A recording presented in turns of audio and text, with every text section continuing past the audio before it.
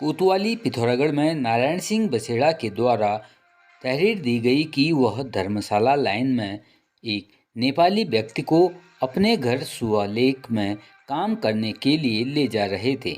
इस दौरान उनके द्वारा सिलथाम टैक्सी स्टैंड के पास उक्त नेपाली युवक को अपना बैग संभालने को दिया गया, जिसमें 50,000 रुपये नगद रखे हुए थे। वादी के बाजार से वापस लौटने तक उक्त नेपाली युवक पैसों का भरा बैग लेकर फरार हो गया, जिस पर प्रभारी निरीक्षक कोतवाली पिथौरागढ़ हिमांशु पंत के नेतृत्व में विवेचक उप निरीक्षक बबीता टमटा व हमराही कर्मचारी गणों के द्वारा चोरी करने वाले अभियुक्त रमेश बिष्ट निवासी बोरी गांव जिला दारचूला हाल निवासी मुआनी को रई पुलिया के पास से गिरफ्तार कर लिया। वहीं अभियुक्त से पूछताछ के आधार पर उसके द्वारा चुराई गई धनराशि में से कुल 40,000 रुपये अभियुक्त के मुआनी स्थित कमरे से बरामद किए गए। वहीं अभियुक्त को माननीय न्यायालय के समक्ष प्रस्तुत किया गया। अल्मोड़ा प्रभारी निरीक्षक अरुण कुमार कोतवाली अल्मोड़ा के नेतृत्व में चौकी धारानौला पुलिस टीम को चौकी क्षेत्र में गश्त के दौरान गणेश मंदिर से 200 मीटर विश्वनाथ की तरफ एक युवक कुछ युवकों को आदान प्रदान करता हुआ दिखाई दिया, जिस पर पुलिस टीम को देखकर वह युवक भागने लगा, जिसे कुछ दूरी पर पुलिस टीम के द्वारा पकड़ लिया गया। वहीं पकड़े गए युवक के कब्जे से 5.17 ग्राम स्मैक और स्मैक बेचकर अर्जित किए गए 14,500 रुपये भी बरामद कर अभियुक्त राहुल मनराल उर्फ गुड्डू को गिरफ्तार करते हुए कोतवाली में एनडीपीएस एक्ट के तहत एफआईआर पंजीकृत कर आवश्यक वैधानिक कार्रवाई की गई। कोतवाली अल्मोड़ा में एक व्यक्ति के द्वारा अभिषेक कुमार पर उनकी नाबालिग पोती के साथ दुष्कर्म करने व उसे गर्भवती होने के संबंध में तहरीर दी गई, जिस पर तत्काल कोतवाली अल्मोड़ा में अभिषेक कुमार के विरुद्ध पॉक्सो अधिनियम सहित विभिन्न धाराओं में एफआईआर पंजीकृत की गई। जिस क्रम में सीओ अल्मोड़ा विमल प्रसाद के पर्यवेक्षण में पुलिस टीम के द्वारा अभियुक्त अभिषेक कुमार को गिरफ्तार करते हुए पंजीकृत अभियोग में अग्रिम वैधानिक कार्रवाई की जा रही है।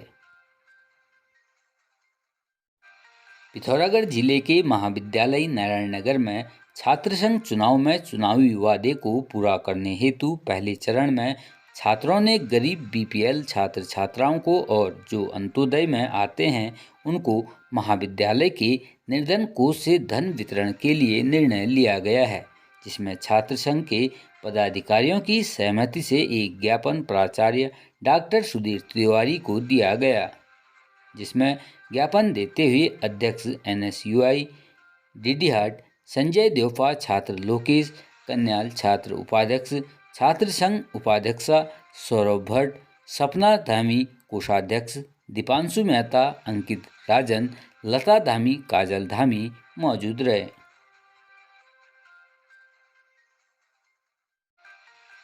उत्तराखंड के बाजपुर में प्रेमी के साथ लिव इन रिलेशनशिप में रह रही प्रेमिका ने अपने माता पिता के साथ मिलकर प्रेमी की हत्या कर दी थी। मामले का खुलासा तब हुआ जब पुलिस ने मृतक के शव को पोस्टमार्टम के लिए भेज दिया, जिसके बाद पुलिस ने तीनों आरोपियों से सख्ती से पूछताछ की तो जिसमें आरोपियों ने अपना जुर्म कबूल लिया। वहीं पुलिस ने पकड़े गए तीनों आरोपियों के खिलाफ विभिन्न धाराओं में मुकदमा दर्ज किया है। बता दें कि उधम सिंह नगर के बाजपुर में एक प्रेमिका ने अपने माता पिता के साथ मिलकर अपने प्रेमी की हत्या कर दी थी, जिसके बाद हत्या को सुसाइड दिखाने का प्रयास किया गया था, लेकिन पुलिस ने हत्या का खुलासा कर आरोपियों के मंसूबों पर पानी फेर दिया। मामले का खुलासा करते हुए काशीपुर एसपी अभय प्रताप ने बताया, देखिए, मधु सिंह जो कि करण मंडल की बहन है, उनके द्वारा एक तहरीर दी गई थी जिसमें अपनी बहन की हत्या के लिए उन्होंने एक संजना नाम की लड़की के नामजद तहरीर दी थी, जिसमें अभियोग पंजीकृत किया गया था। घटनाक्रम इस तरीके से है कि 6 नवंबर को एक लड़के की मृत्यु होती है और जिनकी वहाँ मृत्यु होती है वही लोग उस लड़के को अस्पताल में ले जाते हैं। पुलिस जब मौके पर जाती है सूचना मिलने पर पूछताछ में इनके द्वारा बताया जाता है कि इस लड़के ने सुसाइड कर लिया है। चूँकि लिगेचर मास सस्पेक्टेड थे, लिहाजा हमारी टीम इसमें लगी हुई थी और बाद में इसको ठीक ढंग से इसका पोस्टमार्टम कराया गया। पोस्टमार्टम में कुछ जानकारी हमें मिली थी। बाद में तहरीर के आधार पर अभियोग पंजीकृत करके इसमें परिस्थितिजन्य और जो तकनीकी साक्ष्य थे उनका विश्लेषण किया गया। तो इस जो आरोपी लड़की है जो कि नामजद थी संजना, इससे जब पूछताछ की गई तो इसके द्वारा ये बताया गया कि 4 साल पहले से ये उस लड़के से करण मंडल के संपर्क में थी और इनका लिविंग में एक तरीके से रिलेशन था, जो कि किराए के मकान में लड़की अपने माँ बाप के साथ भी रहती थी। चूँकि इस लड़के का काम करण मंडल का कुछ हल्का हो गया था और ये काम अभी नहीं कर रहा था उस तरीके से, फाइनेंशियल स्थिति खराब होने की वजह से ये शराब का आदी हुआ था और इसके दिन आए दिन इस लड़की का ये कहना है कि मेरे से गाली गलौज करना, मारपीट करता था। घटना के दिन 6 नवंबर को भी यही हुआ था। यह करण मंडल लड़का शराब पी के आया था और उस समय इस लड़की से उसी बात को लेकर के गाली गलौज हो रही थी। लड़की के माँ बाप भी उसमें पहुंच गए और इन तीनों लोगों ने मिल करके, चूँकि इनका ये कहना है कि हमारी रोज़ रोज़ शराब पी करके आने की वजह से, गाली गलौज की वजह से हमारी छवि वहाँ पे खराब हो रही थी और जो आस पड़ोस के लोग थे उसमें भी हमारी बदनामी हो रही थी। तो इन लोगों ने उसका गला घोट के मार दिया। उसके बाद से फिर उसको मफलर में इन्होंने लटका के फैब्रिकेट कर दिया कि जिससे ये प्रतीत हो कि इसने हैंगिंग करी है। बाद में चूंकि परिवार के अन्य सदस्यों को भी ऐसा पता चले और पुलिस पूछताछ में लोग ना करें, जिसको कि उनके घर में उनके बच्चे भी थे, उनकी बूढ़ी माता जी भी थी, तो वो लोग बता सकते थे घटना के संबंध में, लिहाजा इन्होंने फैब्रिकेट किया। लेकिन चूंकि पोस्टमार्टम की जो रिपोर्ट में आई स्ट्रेंगुलेशन और जो सीडीआर के एनालिसिस और अन्य जो पूछताछ में चीज़ें आई, तो लिहाजा तीनों को अभियुक्त बनाया गया, जिसमें जो आरोपी लड़की संजना, इसके पिता विनोद और इसकी माता रमा देवी को हमने अभियुक्त बनाया है। इनको आज अरेस्टिंग की गई है, माननीय न्यायालय के समक्ष इनको पेश किया जा रहा है। उत्तराखंड के हरिद्वार में धार्मिक संगठन से जुड़े युवकों की गुंडई सामने आई है। यहां नगर कोतवाली क्षेत्र के विष्णु घाट पर 2 युवतियों के साथ घाट पर बैठे एक मुस्लिम युवक की पिटाई कर उसके बाल मुंडवा दिए। इतना ही नहीं, दबंग युवकों ने युवक और युवतियों का वीडियो बनाकर भी सोशल मीडिया पर वायरल कर दिया। वहीं वीडियो सोशल मीडिया पर वायरल होने के बाद पुलिस भी हरकत में आई और मारपीट करने वाले युवक के खिलाफ मुकदमा दर्ज कर लिया है। पे एक युवक आया था और उसका कुछ अज्ञात लोगों द्वारा उसके बाल को काट दिया गया और जब ये पुलिस के संज्ञान में आया, वो युवक 2 युवतियों के साथ था। जब पुलिस के संज्ञान में आया तो इसको वरिष्ठ पुलिस अधीक्षक महोदय के आदेश पे इसको बहुत ही गंभीरता से लिया गया और गंभीर धाराओं में मुकदमा पंजीकृत किया गया है। जो वीडियो है, वीडियो के आधार पे जो अभियुक्त हैं उनकी तलाश की जा रही है। तलाश जैसे ही वो चिन्हित होंगे उनके खिलाफ सख्त कार्रवाई की जाएगी। उत्तराखंड के बागेश्वर कोतवाली क्षेत्र के अंतर्गत एक गांव में ट्यूशन पढ़ने वाले एक युवक ने नाबालिग छात्रा के साथ न केवल बलात्कार किया बल्कि मुंह खोलने पर जान से मारने की धमकी भी दी गई। नाबालिग छात्रा के पिता की तहरीर पर कोतवाली पुलिस ने आरोपी को गिरफ्तार कर न्यायालय में पेश कर दिया है। पुलिस ने बताया कि आरोपी युवक नवीन रौतेला वर्ष 2016 से ट्यूशन पढ़ने वाली छात्रा का शारीरिक व मानसिक शोषण कर रहा था।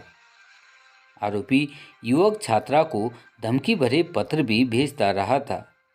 कोतवाली पुलिस ने इस मामले में आरोपी नवीन रौतेला को गिरफ्तार कर न्यायालय में पेश कर दिया है, जबकि पीड़ित छात्रा के 164 के बयान दर्ज कराए हैं।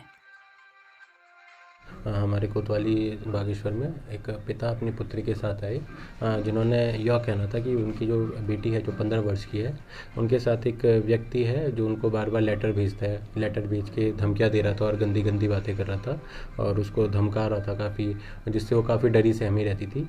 इसके बाद जब और उनसे पूछा गया तो उन्होंने अपनी तहरीर में बताया कि एक नवीन रौतेला नाम का व्यक्ति है जो ध्यांगढ़ बागेश्वर में ही निवास रहते हैं, तो उनके द्वारा इनकी बेटी के साथ पिछले कई वर्षों से बलात्कार जैसा कार्य किया जा रहा था और उसको उसके बाद काफ़ी डराया धमकाया जाता था कि ये बात किसी को बताए ना, और घर पे भी ना बताया, जिससे वो बच्ची काफ़ी डरी सहमी रहती थी। फिर जब बच्ची फाइनली उसने अपने पिता को ये सब बताया और पुलिस के सामने ये सब बताया, तो इसके बाद हमने तत्काली पुलिस अधीक्षक बागेश्वर अक्षय कुंडे सर के आदेश पर एफआईआर दर्ज की, जो थी एफआईआर नंबर 87/23। ये एफआईआर 376/4/506 आईपीसी और साथ ही साथ पॉक्सो में 5/6/6 अधिनियम के अंतर्गत दर्ज की गई। इसके बाद तुरंत ही कोतवाली बागेश्वर में टीम बनाई गई कि इतने हीनियस क्राइम के बाद जो भी वो अभियुक्त है उसको तुरंत ही गिरफ्तार किया जाए। तो इसके बाद खस्ती मैडम और मीना रावत जो हमारी सब इंस्पेक्टर है, उनके द्वारा शाम को इसको नवीन रौतेला को गिरफ्तार कर दिया गया था कल रात को ही, और जो लड़की है उसका मेडिकल भी कल करवा दिया गया था। इसके बाद आज जो नाबालिग लड़की है, साथ ही साथ जो अभियुक्त है नवीन रौतेला, उसको कोर्ट में पेश किया गया, जहां नाबालिग लड़की के 164 CRPC 164 के बयान दर्ज किए जा रहे हैं। साथ ही साथ जो अभियुक्त है उसका जुडिशियल रिमांड लिया जाएगा।